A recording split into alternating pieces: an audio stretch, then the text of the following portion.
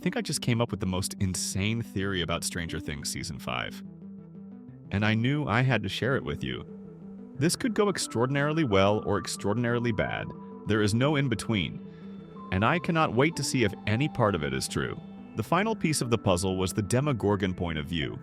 And after putting everything head to head, I think this theory has some solid ground to stand on. So here's how I think things will unfold in Season 5. Contrary to popular opinion, I don't think Will is special. He was simply in the wrong place at the wrong time. And due to a series of unlucky events, he was captured by the Demogorgon. In Season 1, after the incident that opened the portal, Elle escaped and ran into the forest, but the Demogorgon followed her. Unfortunately, the Byers' house is located near Hawkins' laboratory, and Will was just coming back from the D&D game that took much longer than the kids expected. Seeing the terrifying creature, Will got scared and ran home, locking himself inside the house. But as we saw in Season 1, the door suddenly unlocked by someone with telekinetic powers. Seeing this, Will got even more frightened and fled to the shed. Despite what everyone believes, I don't think Will was captured by the Demogorgon and dragged into the Upside Down. I think Will found a portal inside the shed, and because he was terrified the monster would catch him, he chose to enter the portal himself. In Season 1, we saw a similar instance of a portal remaining open when Jonathan and Nancy go into the woods together for the first time to look for the mysterious creature. Back then, Nancy found a portal through a tree leading into the Upside Down, and she managed to return at the very last second before it closed. When Hopper first investigates the shack, he sees something in the corner that looks like the Demogorgon shredded the wood into pieces, which is why everyone assumed Will was captured by the monster. But I believe Will was still in the shack, and when he heard the monster approaching, he decided to enter the portal, which was about to close. The Demogorgon rushed in to catch him, but luckily for Will, the portal shut in time, and the Demogorgon tore everything apart trying to find him. That's why Hopper found the place looking like that. The main reason I think Will willingly entered the Upside Down is because of the first 5 minutes of Season 5, where we see Will captured by the Demogorgon and brought to Vecna, who says, "At least we can begin." If Will had been dragged into the Upside Down by the Demogorgon, then the monster would have brought him to Vecna immediately. Just look at Vecna's desperation in that line. "At least we can begin." This implies Vecna had been waiting a long time for this moment, so there's no way he would allow Will to remain free in the Upside Down for such an extended period. Vecna wanted to put his plan into action as soon as possible, so if the Demogorgon had brought Will into the Upside Down, we never would have seen him alone in Castle Byers singing, "Should I stay or should I go?" He would have been delivered straight to Vecna. And as much as I love Will, there's simply no way a child could escape the Demogorgon if it had truly captured him. Taking all of this into account, we can certainly say Will arrived in the Upside Down on his own. The Duffer Brothers recently ended one of the biggest debates in the fandom, when they stated the Demogorgon does not have telekinetic powers and that it wasn't Vecna who opened the lock at the Byers' house. So this leaves only one option. The one who opened the door in Season 1 was none other than 11. Remember how I said Will was in the wrong place at the wrong time? That's because the Demogorgon was actually looking for 11. After she escaped into the woods, the monster chased her, but instead of finding 11, it found Will and chased him to his house. But 11 saw what was happening and wanted to help Will because she felt responsible. When she saw him enter the house, she tried to unlock the door to keep him safe, or at least explain what was going on. But unfortunately for her, when Will saw the door unlatch, he got even more terrified and ran away. There are many instances of Elle unlocking doors throughout the series, and the one that resembles this moment the most is when she reunites with everyone in Season 2.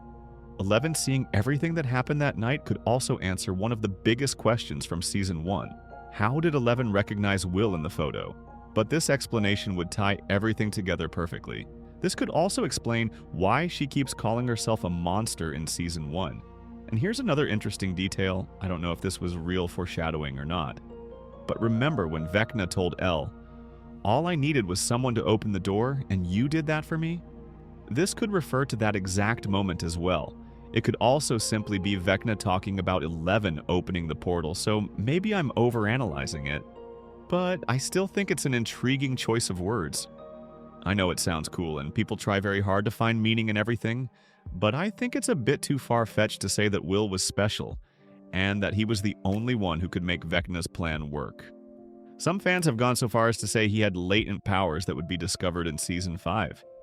I've also seen theories claiming he's Henry's son because Joyce and Henry supposedly had a connection back in high school. And the wildest one I've heard is that Will was a test subject like 11 but forgot everything. Fans are going completely over the top with this when the answer is extremely simple.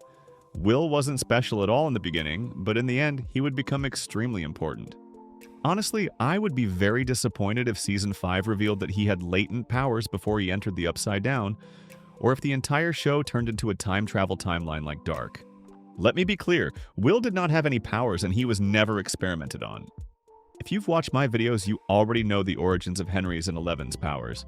Henry gained his abilities because he was transported for 12 hours into Dimension X as a child. When he returned to the real world, his blood was altered, his personality changed, and he suddenly developed powers. It's still unclear whether he acquired these abilities from exposure to the Dimension X environment, or if the Mind Flayer infected him with particles. Eleven, on the other hand, got her powers because her mother participated in MK Ultra, where test subjects were injected with Henry's blood. All the children in the Hawkins lab program were born to women who became pregnant during the MK Ultra project. So the only way to develop telekinetic powers is either exposure to Dimension X or being born with Henry's blood. And Will has neither. Vecna's speech at the beginning of Season 5 isn't specifically addressed to Will. He just needed someone, and Will happened to be that someone. The first 5 minutes of Season 5 also confirm that Will is captured and that Vecna attaches a vine to him.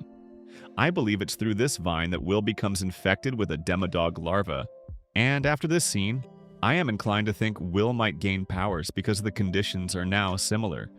We still don't know if exposure to Dimension X directly causes powers, or if the vine itself replicates the Dimension X environment enough to trigger the same transformation Henry went through.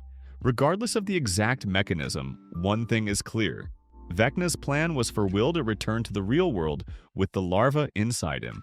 I always found it strange how Hopper and Joyce were able to walk into the Upside Down so easily, and this theory confirms that it was all part of Vecna's plan. I'm not 100% sure why Vecna needed this to happen, but here's my thought process. Vecna wants to return to the real world, and his childhood mission has always been to save the planet from humans. But apparently, up until now, he hasn't been able to return to the right side up. We don't have a clear explanation for this, or for why he needed 4 portals to merge into one massive gateway. What we do know is that he will return to the real world in Season 5, meaning his plan worked. I'm very curious to see the full explanation. At first I thought Vecna needed a vessel because 11 disintegrated his body, but the trailer disproves this. We literally see Vecna coming through the library portal. Moving on to what I think happens next. We see Vecna capture Will and say, "You will help me one more time." We also know from the trailer that Will spend some time unconscious. I don't know about you, but this feels very similar to Season 2, when Will was possessed by the Mind Flayer and acted as its spy. It's history repeating itself, but since this is the final season, we need a twist. Here's how I see things playing out. Will be possessed again, and while he is unconscious in the real world, he will be conscious inside Vecna's mindscape. In Season 4, we saw that when Vecna traps his victims, their physical bodies become unconscious, while their consciousness is trapped in an alternate space. I believe the same thing will happen to Will's consciousness. And the person who will help Will escape back to the real world is Max. She is still in a coma, unconscious in the real world, but her consciousness must still exist somewhere. It would make perfect sense for her to be inside Vecna, in the same mental realm where he stores all his victims. Based on the trailer and the fact that Lucas is carrying her in the hospital while running from a Demodog, we can safely say Max will spend the entirety of Volume 1 in a coma. And honestly, I don't think she'll miraculously wake up in Volume 2 and immediately gear up for the big final battle. I believe it makes far more sense for her to help from within. I think the two of them will meet in Vecna's mindscape, and Max will help Will return to the real world. And this time, things will be very different from Season 2. This time, Will actually be the one spying on Vecna and the Mind Flayer. I actually think Will be able to control the Demogorgons. We know we're getting a Demogorgon POV this season, and we already saw a glimpse of it. So wouldn't it make a lot of sense if the POV we saw wasn't the Demogorgons at all, but Will's? I believe this is the only scenario that allows Lucas to survive when he's trapped in the tunnels with 2 monsters. Will would take advantage of the hive mentality, which would allow him to control all the creatures. If you watched my video about Henry's powers, then you already know the Mind Flayer is actually the one controlling Vecna. It's not the other way around. Please watch that video for more context. I'll link it in the description. Dustin always calls Vecna a 5-star general. And do you remember what Dustin said about how to defeat the Mind Flayer? You defeat him with an army of the undead. And the Demogorgons fit this category perfectly. They don't have minds that can be corrupted, which makes them the perfect weapon against the Mind Flayer. I believe this would bring the story full circle and perfectly match the Duffer Brothers style. The story began with the Demogorgon chasing Will, and the story would end with Will using the Demogorgons. It would be a perfect parallel to Season 2, when the Mind Flayer used Will to carry out its plan. But now, in Season 5, Will would get his revenge by using the hive mentality to destroy the Mind Flayer. But I don't think the story ends here. I strongly believe the final antagonist of Stranger Things hasn't even been revealed yet. And I believe the final villain will be a dragon. This theory has been explored by several people, and I think it makes a lot of sense. It fits the style of Stranger Things perfectly. We had a new antagonist every season, so it would make sense for a new one to be introduced in the final season as well. This also aligns with D&D lore, where the most powerful creature is a dragon. But we also have strong evidence from the show that a bigger creature may be lurking in the shadows. For example, in Season 4, when Nancy, Robin, and Steve are in the Upside Down, they hear something in the distance, and the subtitles literally translate it as "creature baying in distance."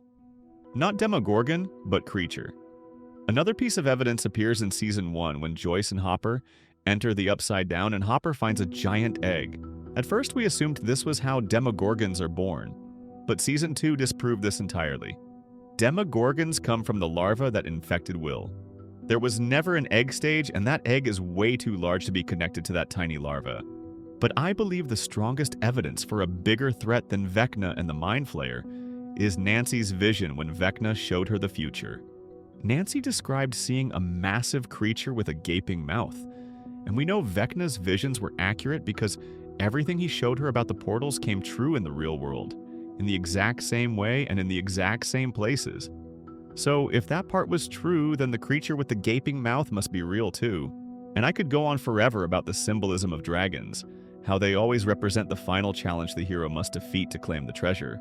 But I'll stick to show evidence because we have 2 more major clues. Do you remember Will's drawing from Season 4? It's the gang fighting a dragon. And Will's drawings usually come true in some strange way. It's almost like he has the power to draw the future. So I believe this is foreshadowing the final villain of the series. And the last piece of evidence comes from the final D&D game in Season 1, when the campaign ends with Mike revealing that the party must defeat one final villain, and he places the miniature of a Thessal Hydra on the board.